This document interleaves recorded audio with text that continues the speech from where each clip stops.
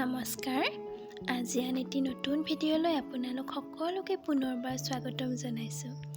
আজিৰ ভিডিঅ'টিত আমি Indian history কেইটামান গুৰুত্বপূৰ্ণ প্ৰশ্ন উত্তৰ আলোচনা কৰিম। তেনেহ'লে আহক ভিডিঅ'টো আৰম্ভ কৰোঁ। 1 নম্বৰ প্ৰশ্ন, পঞ্জাৱৰ জালিয়ানৱালাবাগৰ হত্যাকাণ্ডৰ নায়ক কোন আছিল? ইয়াৰে শুদ্ধ উত্তৰটো হ'ব জেনেৰেল ডায়াৰ। 2 নম্বৰ প্ৰশ্ন, ভাৰতীয় আৰ্যসকলৰ প্ৰাচীনতম গ্ৰন্থ কি? ইয়াৰে শুদ্ধ উত্তৰটো হ'ল ঋগ্বেদ। 3 নম্বৰ প্ৰশ্ন, হিন্দু সভ্যতাৰ বাবে বিখ্যাত নগৰ দুখন কি কি? ইয়াৰে শুদ্ধ উত্তৰটো হ'ব হৰপ্পা আৰু মহেঞ্জোদাৰো। 4 নম্বৰ প্ৰশ্ন, হৰপ্পা আৰু মহেঞ্জোদাৰোৰ অনুসন্ধান কৰা পুৰাতত্ত্ববিদ কোন আছিল? ইয়াৰে শুদ্ধ উত্তৰটো হ'ব ৰাখাল দাস বেনাৰ্জী। 5 নম্বৰ প্ৰশ্ন, ভাৰতত মৌৰ্য বংশৰ সংস্কাৰক কোন আছিল? ইয়াৰে শুদ্ধ উত্তৰটো হ'ব চন্দ্ৰগুপ্ত মৌৰ্য। 6 নম্বৰ প্ৰশ্ন, মেগাস্তানিছে ৰচনা কৰা গ্ৰন্থখনৰ নাম কি? মেগাস্তানিছে ৰচনা কৰা গ্ৰন্থখন হৈছে ইণ্ডিকা। 7 নম্বৰ প্ৰশ্ন, সম্ৰাট অশোকে ধৰ্ম প্ৰচাৰৰ বাবে বিদেশলৈ প্ৰতিনিধি পঠোৱা দেশ দুখনৰ নাম কি কি? ইয়াৰে শুদ্ধ উত্তৰটো হ'ব সিংহল অৰ্থাৎ শ্ৰীলংকা আৰু চীন দেশ। 8 নম্বৰ প্ৰশ্ন, যজ্ঞসেন ক'ৰ ৰজা আছিল? ইয়াৰে শুদ্ধ উত্তৰটো হ'ব বিদৰ্ভ।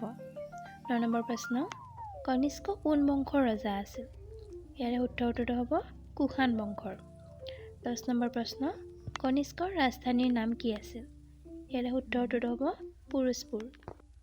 11 নম্বৰ প্ৰশ্ন, কালিদাস আৰু বৰাহমিহিৰ কোন ৰজাৰ দৰবাৰৰ অন্যতম নৱৰত্ন আছিল?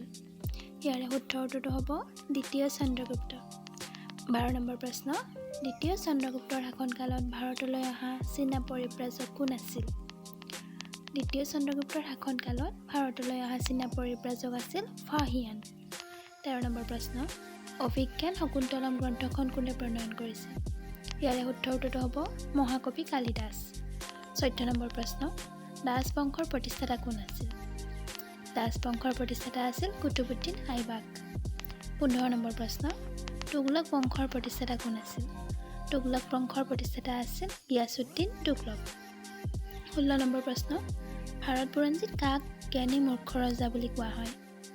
ইয়াৰে শুদ্ধ উত্তৰটো হ'ব মহম্মদ বিন তুগলক। 17 নম্বৰ প্ৰশ্ন, তাইমুৰে কেতিয়া ভাৰত আক্ৰমণ কৰিছিল? তাইমুৰে 1398 চনত ভাৰত আক্ৰমণ কৰিছিল।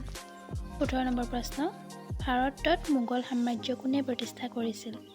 ভাৰতত মোগল সাম্ৰাজ্য বাবৰে প্ৰতিষ্ঠা কৰিছিল। 19 নম্বৰ প্ৰশ্ন, বাবৰৰ আত্মজীৱনীখনৰ নাম কি?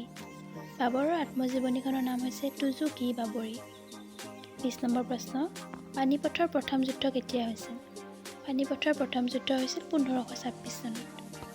21 নম্বৰ প্ৰশ্ন, ভাৰতৰ দ্বিতীয় মোগল সম্ৰাট কোন আছিল? ভাৰতৰ দ্বিতীয় মোগল সম্ৰাট আছিল হুমায়ুন।